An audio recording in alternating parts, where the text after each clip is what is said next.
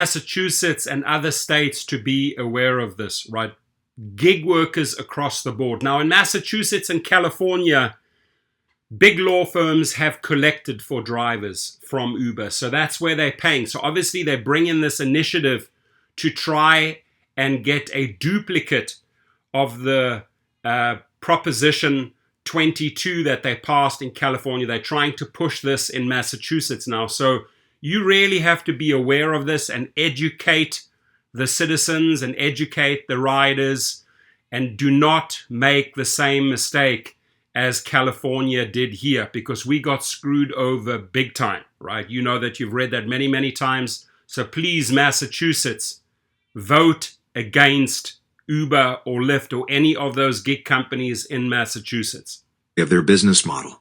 A campaign backed by companies including Uber Technologies Incorporated, DoorDash Incorporated, Lyft Incorporated, and Instacart Incorporated is seeking to place a measure on next year's Massachusetts ballot defining their workers as independent contractors, not regular employees.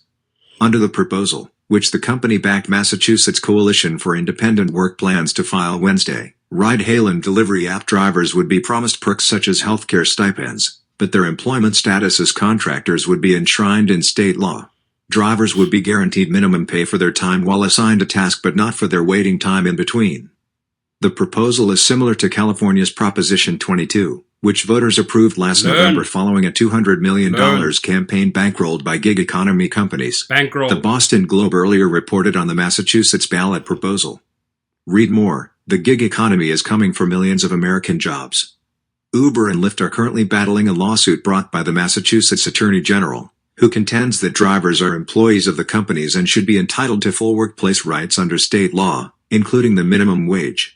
Such a reclassification would introduce substantial new costs for gig companies and could disrupt the way they operate. At the same time, the companies face new threats from the Biden administration, which could deem their workers to be employees under federal workplace laws and prosecute them for not complying. Last month, the U.S. Senate confirmed 2 former union attorneys to serve as members of the National Labor Relations Board. A third, Jennifer Abruzzo, became the agency's top prosecutor, replacing a Trump appointee who had deemed Uber drivers to be contractors excluded from employee rights. A Senate committee was slated to vote Tuesday on the nomination of David Weil, a prominent critic of gig companies, who while serving in the Obama administration said he wouldn't hail an Uber because of the company's refusal to recognize drivers as employees. If approved, Weil would serve as the Labor Department's wage and hour enforcement chief. Companies have been trying to get state lawmakers and voters on their side. Although states can't override federal law, local support could deter Democrats in Washington from targeting the companies. Executives from the gig companies have been meeting over the past year with union leaders and lawmakers to try to secure deals in states including New York, where a proposed compromise fizzled in June amid resistance from some labor advocates. When you punch the clock, it's bad, Antonio Barros, a former teacher who now drives for Uber and Lyft, told reporters at a demonstration the coalition hosted Tuesday at the State House steps in Boston. So I don't want to work as an employee. I want to keep it the way it is. But I also love the benefits that they said they would provide us in the future. Under Massachusetts law, if the proposed ballot measure passes legal review, garners sufficient signatures and isn't overtaken by a bill in the legislature, it will be placed on next year's November midterm election ballot. Groups including the Massachusetts AFL-CIO and the New England Conference of the National Association for the Advancement of Colored People preemptively formed a coalition in June to oppose any ballot measure from the companies. We are just sick of this exploitation, Beth Griffith, an Uber driver, said at a news briefing held by the opposition group Tuesday afternoon, and we say no to being a permanent subclass of workers. Uber, Lyft and others push gig work measure in Massachusetts.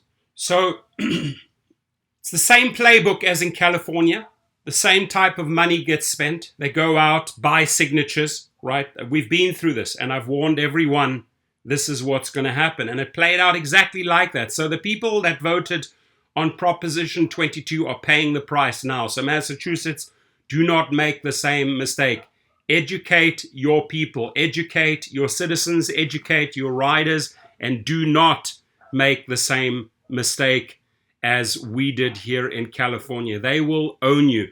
What you want to do is go exactly the opposite way. Vote against them so you come from a position of power, so you can negotiate the details once they have lost, right? If they pay the money, as they did in California Prop 22, spend crazy money, I'm sure they won't spend $200 million again, but they will pay crazy money on misleading TV ads, make you a ton of promises, and then turn on you. It's exactly what happened in California. So I beg you, do not make the same mistake. Caravan of Courage on the 8th of August, just around the corner. I'll put a link beneath the video. Be there, stand for gig workers, drivers, so we can get the co-op going, so we can put an end to Uber and Lyft's shenanigans.